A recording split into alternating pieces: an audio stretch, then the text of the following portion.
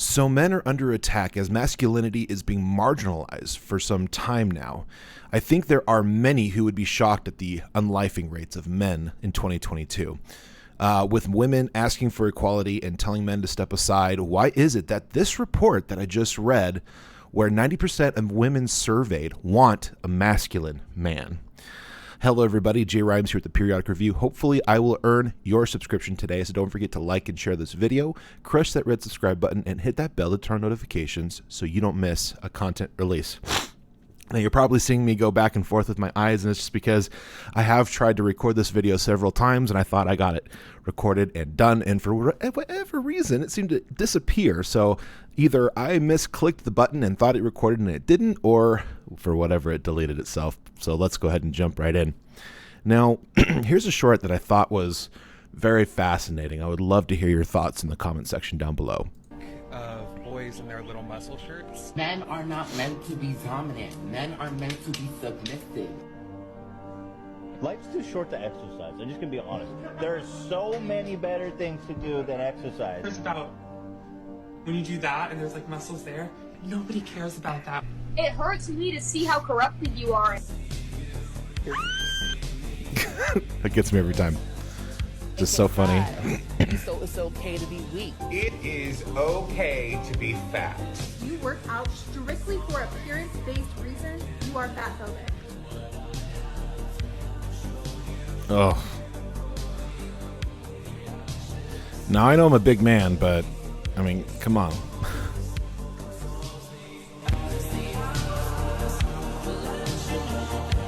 These men work hard for their bodies, let me tell you. Oh, fireman, nice. Sick. Yeah, nobody likes to talk about, you know, the people who risk their lives every day to make sure that, you know, we're all safe.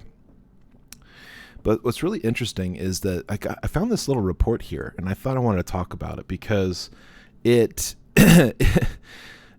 really interesting because as I read this, it reports that over 90% of females that responded to this survey report to prefer a masculine guy over a metrosexual man.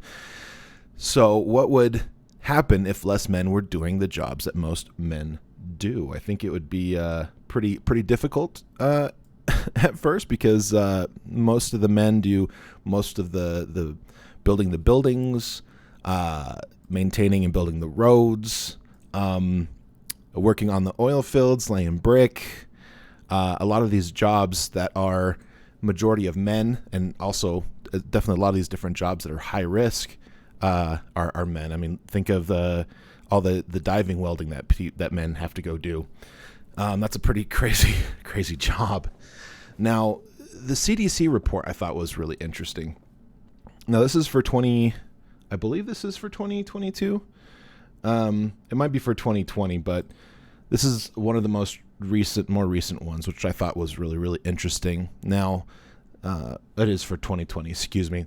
So for unlife rates of men, they were 4 times higher than women in 2020. Males make up 49% of the population, but nearly 80% of the unlifing themselves. Now, why are men unlifing themselves at a staggering rate? I haven't been able to pinpoint exactly one thing, but I think that I share a few questions, and I really want people to think about them because I think they are relevant to the health of men, especially for men's mental health.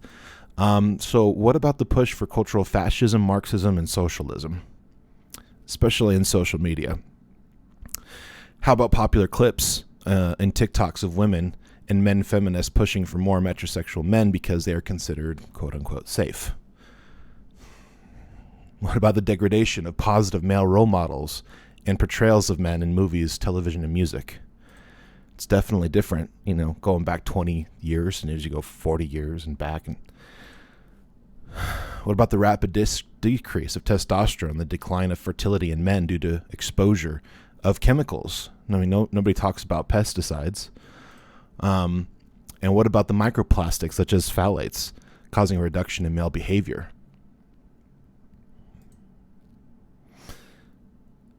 How about the male privilege and the pay gap myths, which are spread heavily over social media, especially the left-leaning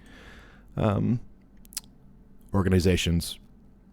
How about the divorce rates, where largely women leave men, and especially if women have higher education, they leave men at staggering numbers.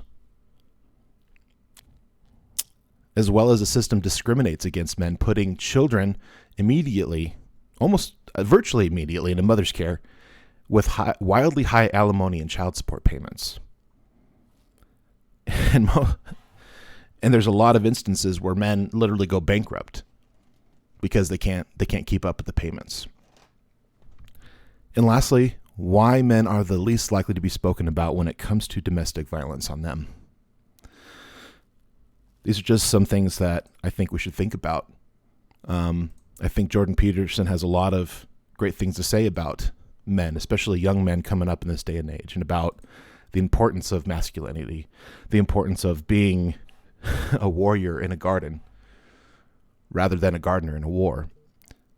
And I think as I've gotten older, I've started to embrace more of my masculinity and embrace more of my more manly features. And I think it's really important.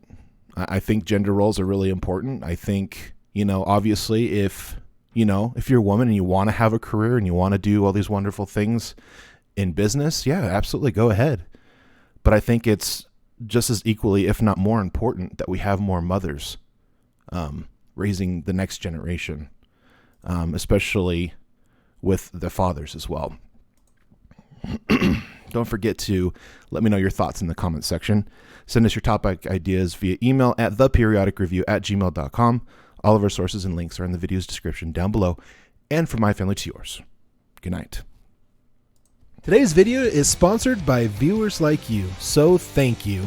If we earned your subscription today, don't forget to hit that red subscribe button, click that damn bell, and turn on your notifications so you don't miss a content release. The best way to support the channel is to like this video, share it with family and friends, and don't forget to leave a comment down below. Send all of your topic ideas, articles, and video links to theperiodicreview@gmail.com. All of our links are in the description down below.